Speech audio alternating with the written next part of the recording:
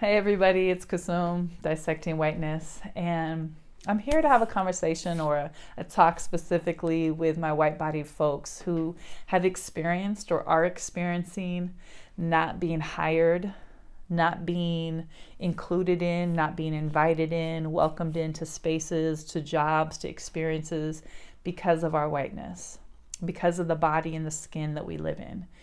And this is happening a lot because what is happening in this world that we're living in specifically is the decentering of whiteness.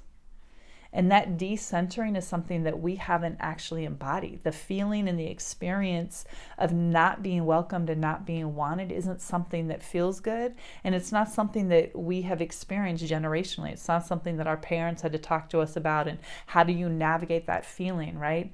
I think about Ruby Bridges or all of the young black children who went into schools and not only said you can't be here because of your blackness, but had insults spewed at them, rocks spewed at them. The ways that white rage attacked blackness for just wanting to be was vile.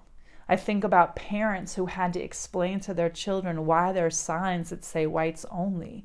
What were the embodied practices that people of African descent, black folks in this country, indigenous folks, dark-skinned folks, melanated peoples, what are the practices that people had to embody in order to retain their sense of dignity, retain their sense of self-love and self-worth in the face of the racism, in the face of this system of white supremacy that was so violent, so harmful?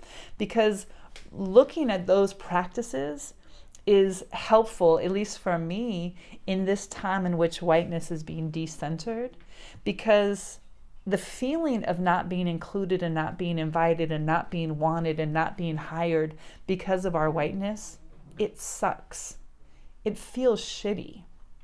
It feels harmful to feel like something about the skin is something that people don't want. It doesn't matter, again, how much melanin or how lack of melanin you have in your skin, it hurts. But if we don't do the work of building our internal sense of belonging and integrity, we start thinking it's reverse racism. We start getting caught in this idea that other people are doing us harm, instead of sitting back and thinking about the whole context of where it is and what is happening. And so for me, in situations where I know that I am not wanted because of my skin color, because of this body that I live in, I have to not only feel the emotion of it because it doesn't feel good, let that energy run through me, and then find a centered balance of accountability in this situation.